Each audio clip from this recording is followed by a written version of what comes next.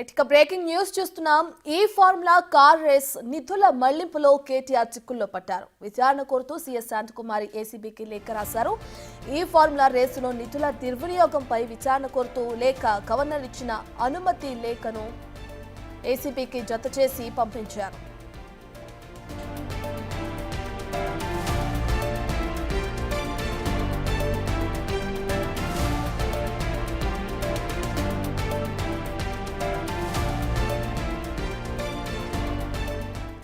Right, ఇక ఈ formula car రేసుకు సంబంధించి ఇప్పటికే విచారణకి గవర్నర్ జిష్ణుదేవ్ వర్మ అనుమతి ఇచ్చిన సంగతి మనందరికీ తెలిసిన విషయమే. అయితే ఇప్పుడు కొత్తగా గవర్నర్ అనుమతికి లేఖని జత చేస్తూ కూడా తెలంగాణ సీఎస్ శాంతకుమారి ఏసీబీకి కూడా లేఖ రాయటం మనం చూస్తున్నాం.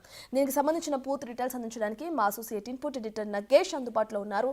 రైట్ నగేష్, ఇప్పటికే మనం చూస్తున్నాం శాంతకుమారి కూడా ఒక లేఖ జత చేసి విచారణని ముమ్మరం చేయమన్నట్లు కూడా మనం చూస్తున్నాం. అయితే ఈ లేఖలో ఎటువంటి అంశాలని పేర్కొనడం జరిగింది? అంటే నిన్న కేబినెట్ లో ఆమోదం పొందింది ఈ ఫార్ములా రేస్ కు సంబంధించి ఆల్రెడీ కేబినెట్ లో చర్చ జరిగింది. చర్చ తర్వాత కేబినెట్ ఆమోదం తెలిపింది. తదుపరి ఈ ఫార్ములా కార్ రేస్ కు సంబంధించి నిన్న మంత్రి పొంగులేటి శ్రీనివాసరెడ్డి కూడా నిన్న రాత్రి సిఎస్ నుంచి ఏసీబీకి లెటర్ వెళ్తుంది, లేదంటే ఇవాళ వెళ్తుందని చెప్పారు. ఇవాళ ఏదైతే గవర్నర్ నుంచి ఆమోదం పొందిన లెటర్ ని జత చేస్తూ chief secretary Santhi Kumari ACB director general Vijay Kumar కి లేఖ రాసింది.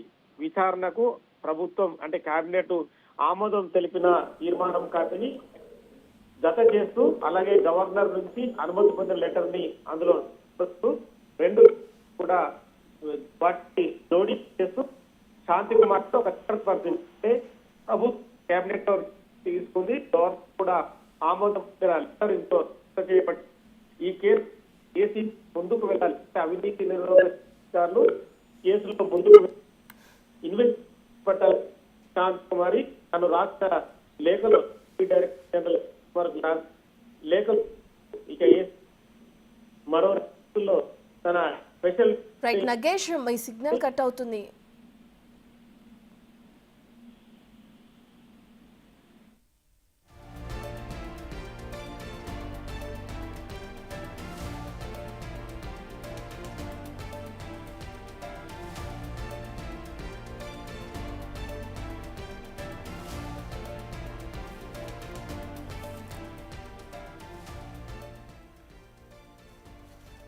రైట్ నగేష్, ఇప్పటికే చూసుకుంటే మీరు చెప్పినట్లుగానే ఒక లేఖను విడుదల చేశారు శాంతకుమారి. అయితే ఇందులో ఎటువంటి అంశాలను పొందుపరచడం జరిగింది ఒకసారి క్లియర్ గా ఎక్స్ప్లెయిన్ చేస్తారా?